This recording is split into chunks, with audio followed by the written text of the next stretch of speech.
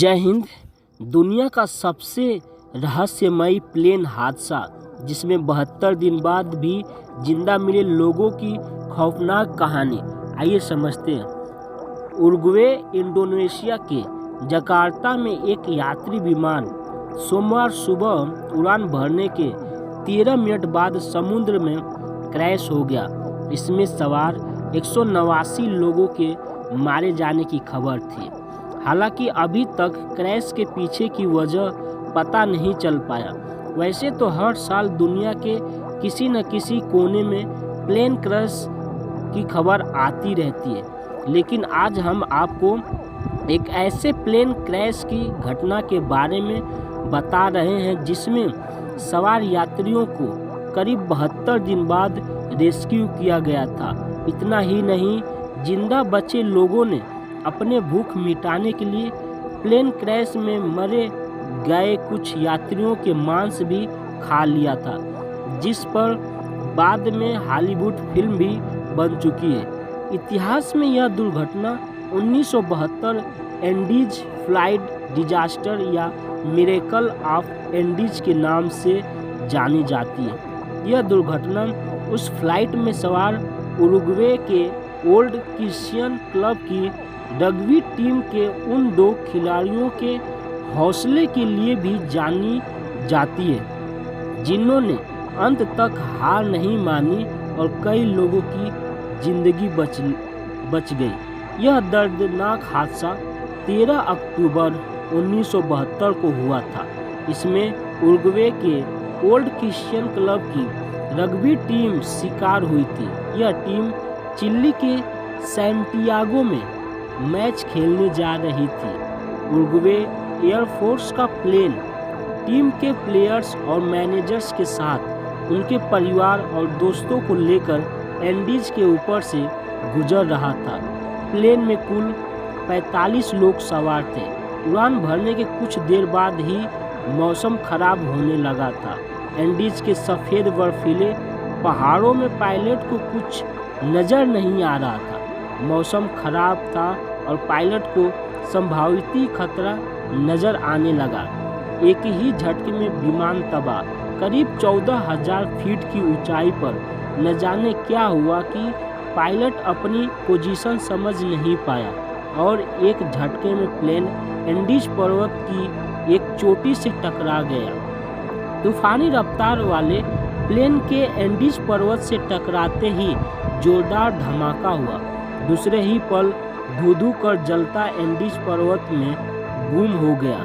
इस भयानक हादसे में 18 लोगों की मौत हो गई। बाकी 27 लोग जैसे तैसे बच गए, लेकिन एंडीज की हार कंपा देने वाली बर्फ की बीच जिंदगी उनके लिए मौत से बदतर साबित हो रही थी। शुरू हुआ सर्च ऑपरेशन पर कोई नहीं मिला। हादसे की जानकारी मिलते ही उरुग्वे की सरकार ने सक्रियता दिखाई और बचाव अभियान शुरू किया, लेकिन प्लेन का रंग सफ़ेद होने के कारण बर्फ से ढके सफ़ेद एंडीज पर उसे ढूंढना घास के ढेर में सुई ढूंढने के बराबर था।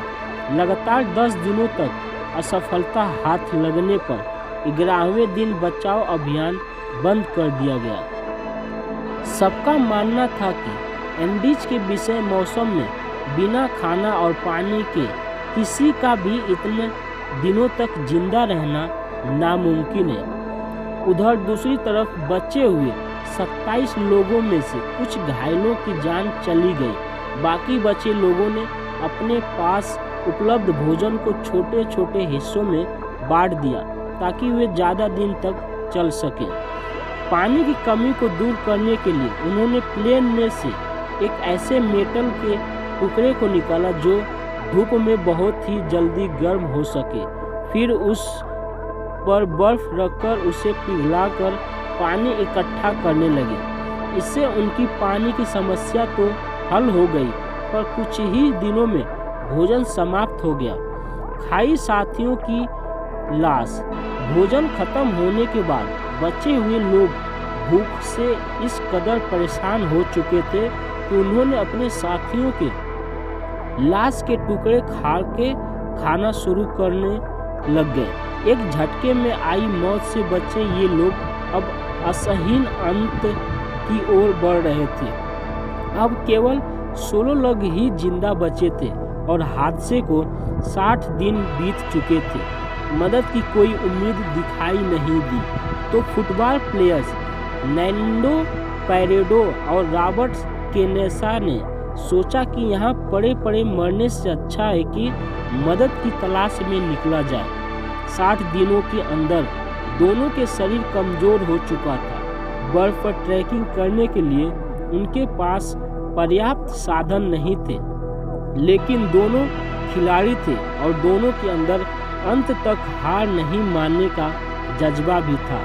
दोनों जैसे तैसे चिली के आबादी वाले क्षेत्र तक पहुंच गए, जहां दोनों ने रेस्क्यू टीम को अपनी साथियों की लोकेशन बताई।